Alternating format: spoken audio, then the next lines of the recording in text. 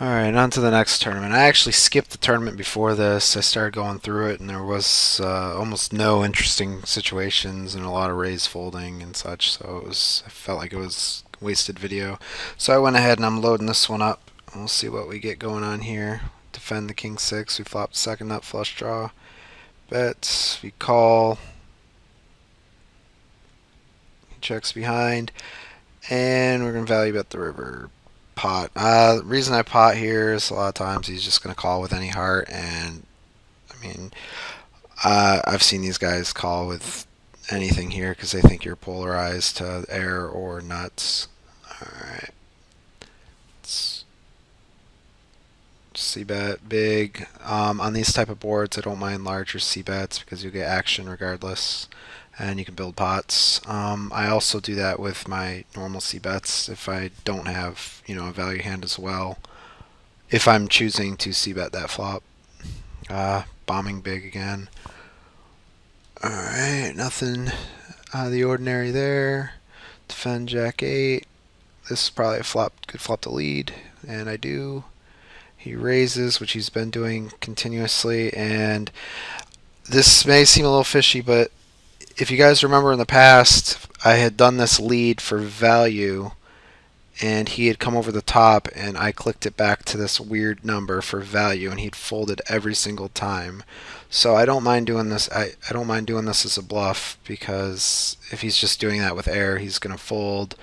One of the downsides is that the last two times that we did it, we had the nuts, but he didn't necessarily know that we had the nuts, and he could just think that he's getting owned, and it could entice him to come over the top here. Is my only concern right now without seeing what happens. So if he comes over the top here, I assume I just fold. And he flats, which I don't necessarily give him a ton of credit for that. These kind of guys will flat with two unders and just see if you check, and they can take it away on the turn. That's an interesting turn card. Yeah, I bet 80, and I mean, if I have a boat, I mean, it makes it tough for him to bluff me here. Yeah, so he was just floating with two random cards, and I bet small because it doesn't matter if I bet 80 there or 250. If he's got a boat, he's gonna. I mean, he's not folding, and I don't. And I can bet 80 on the turn and bet small on the river as well. I would make that bet a lot of times with my boats because with my style, like I said, I'm trying to get people to spaz off drawing dead. I'm not necessarily, I don't necessarily want, let's see, let me try and word this correctly. When he has a queen, I know I'm losing a lot of value by betting smaller, but so often he has air there that I think when I have a king, that the times that he does decide to bluff, I think I'm making the most, and I'm also making my bluffs a lot cheaper. Like in this case, when I bet 80 against this particular opponent, I don't give him credit for a lot when he just decides to flat 80 more on the flop there. All right, next hand. He three bets. He min three bets. We're pretty deep, and I didn't. Like I said, I cut out the last video. I did the tournament before this, and this is a three bet size that he started doing a lot in the last game, and I don't necessarily just want to start giving up pre-flop or folding. I feel like I have an edge first in post flop, and based on the reads that I saw from the last video that I opted not to record.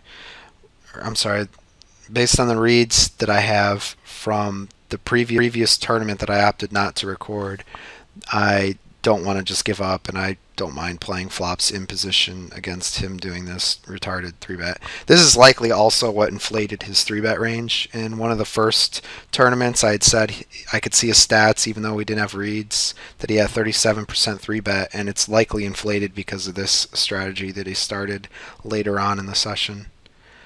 We flop absolutely nothing. I have no plan on doing anything crazy here. He checks. I mean, I'm just trying to see flops with hands like.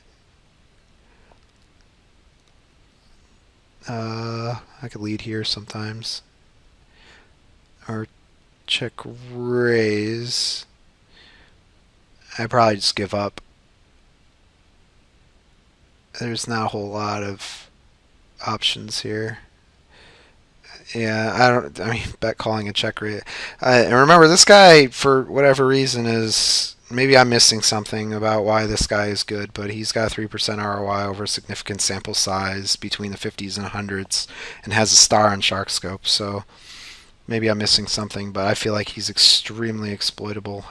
Bet calling a check raise with pocket threes there when I'm likely barreling the turn, and a ton of. If I had a flush draw there, I would have barreled the turn, and if he's just calling down with pocket threes in that spot, that's just awful. Again, we see this really retarded three bet sizing, so he's just bloating pots now out of position for what appears to be no apparent reason.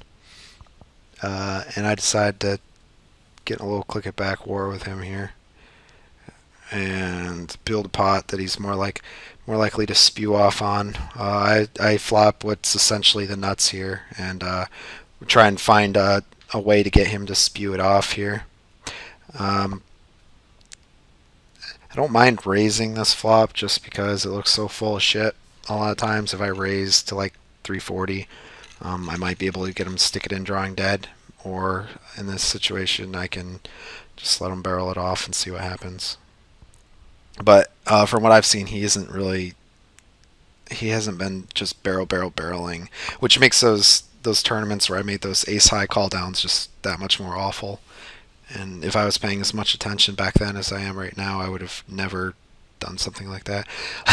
Here's another situation where when he's c-betting the flop and I'm floating a lot, I want to take small stabs. If I had two random cards here, I want to take really small stabs when he c-bets and gives up, and I want to set my bluffs to be as cheap as possible.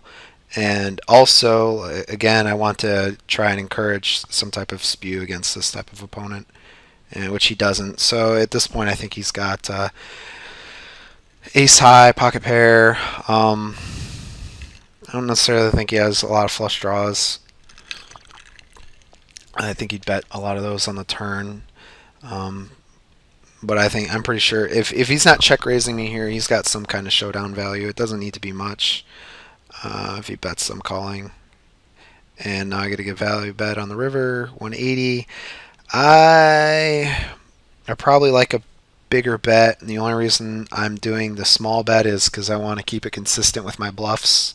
If I have if I have two random cards and I bluff the turn, I've got to bluff the river, so I'm just keeping it consistent here in case he has total error, and I still give him a chance to spew. Again, I don't really give him credit for a flush here, and he folds.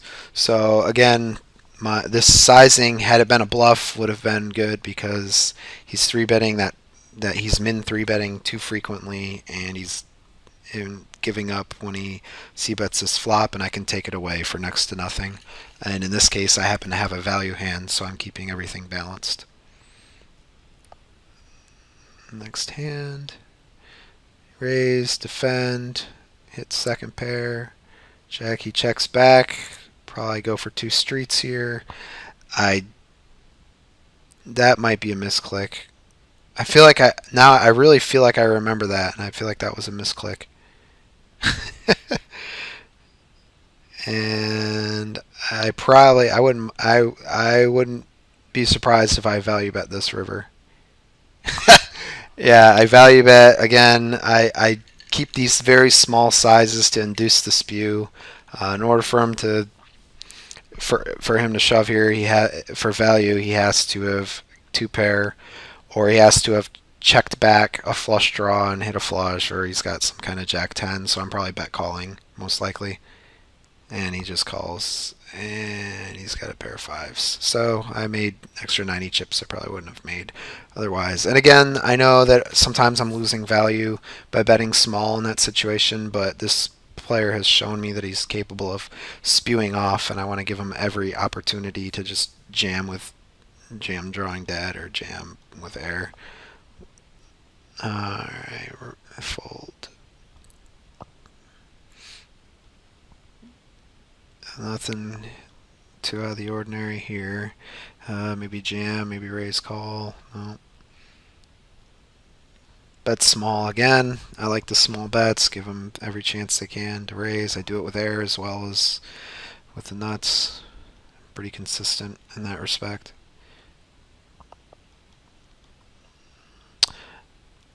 I may not, again, like I said, this is my first video, and I may not be explaining my thought processes as well as I would like. If you have any questions, just feel free to type them up, and I'll hopefully be able to, when I have more time to think on the fly than I am right now, I can run through my thought process for every hand and hopefully give an answer that's related to my overall game plan for this. Again, I build these strategies based on how I'm going to play the game throughout the entire course of the session. I don't necessarily, a lot of these lines are not standard for me, but in this particular case, I want to keep things consistent with that particular game plan. Raise call, let's flip it up, and that's going to be the end of this game. Alright, and I'm going to load another one up.